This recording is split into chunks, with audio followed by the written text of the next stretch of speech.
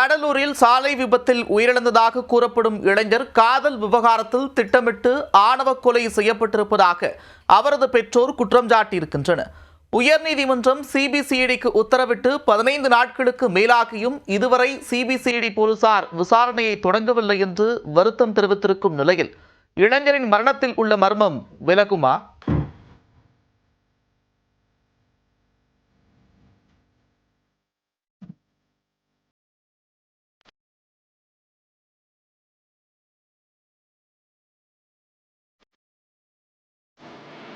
தமிழகத்தில் தொடரும் ஆணவ கொலைகள். காதலித்த ஒரே காரணத்திற்காக காவு வாங்கப்படும் அப்பாவி இளைஞர்கள். இளவரசனில் தொடங்கி கவின் வரை கலங்கடித்த பகீர் சம்பவங்கள்.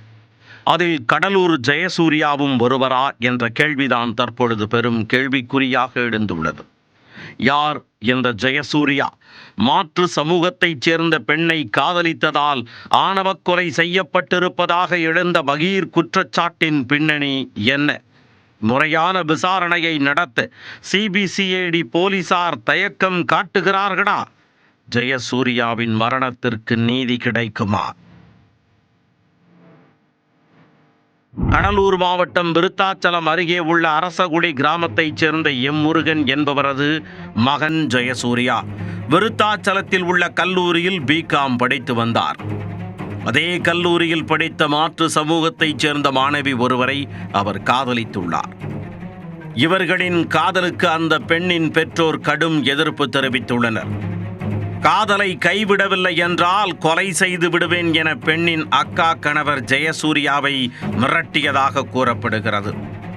இந்த நிலையில்தான் கடந்த மே 18ஆம் தேதி ஜெயசூர்யாவை அவருடன் படித்த பெண்ணின் உறவினரான பிரவீன் என்ற இளைஞரும் ஜீவன் என்ற மற்றொரு மாணவரும் பைக்கில் அழைத்துச் சென்றுள்ளனர். அன்றிரவு வீட்டிற்கு திரும்பாததால் இரவு 10 மணிக்கு மேல் போன் செய்து விசாரித்த போது பிரவீன் ஜீவனுடன் தான் இருக்கிறேன் என ஜெயசூர்யா கூறியுள்ளார்.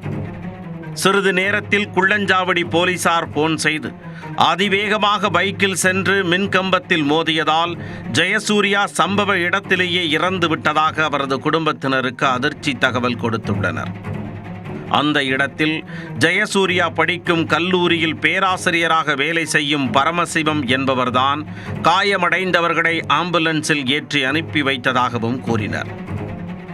விபத்து நடந்ததாக கூறப்படும் இடத்திற்கும் பரமசிவம் வீட்டிற்கும் 20 கிலோமீட்டர் தூரமாகும். எப்படி இரவில் அந்த இடத்திற்கு அவர் வந்தார்? ஆம்புலன்ஸில் ஆஸ்பத்திரிக்கு ஏற்றிவிட்டவர் ஏன் இந்த விபத்து குறித்து போலீசுக்கு தகவல் தெரிவிக்கவில்லை என்று பல சந்தேகங்கள் இருப்பதாக ஜெயசூர்யாவின் பெற்றோர் குற்றம் சாட்டியிருந்தனர். இதனால் ஜெயசூர்யா இறப்பில் சந்தேகம் இருப்பதாகவும் இது திட்டமிட்ட ஆணவ கொலை என்றும் கூறி உயர்நீதிமன்றத்தில் இளைஞரின் தந்தை முருகன் வழக்கு தொடர்ந்திருந்தார். இந்த வழக்கு விசாரணைக்கு வந்தபோது ஜெயசூர்யா மரணம் தொடர்பான வழக்கை சிபிசிஐடி விசாரணைக்கு மாற்றம் செய்து உத்தரவிடப்பட்டது.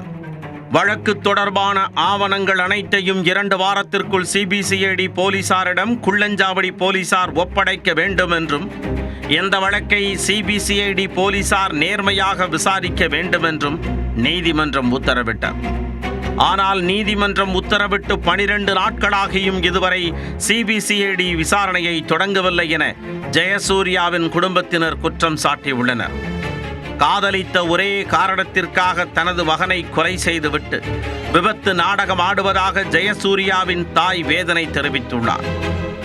நீதிமன்ற உத்தரவின்படி ஜெயசூர்யா மரணத்தில் உள்ள மர்மத்தை சிபிசிஐடி போலீசார் விசாரிக்கும் பட்சத்தில் அதன் உண்மை காரணம் என்னவென்று தெரிய வரும். தமிழ்நாட்டில் ஆணவ கொலைகள் அதிகரித்து வரும் சூழலில் ஜெயசூர்யாவின் மரணமும் ஆணவ கொலையாக இருந்தால் நிலைமை இன்னும் சோகமாகும்.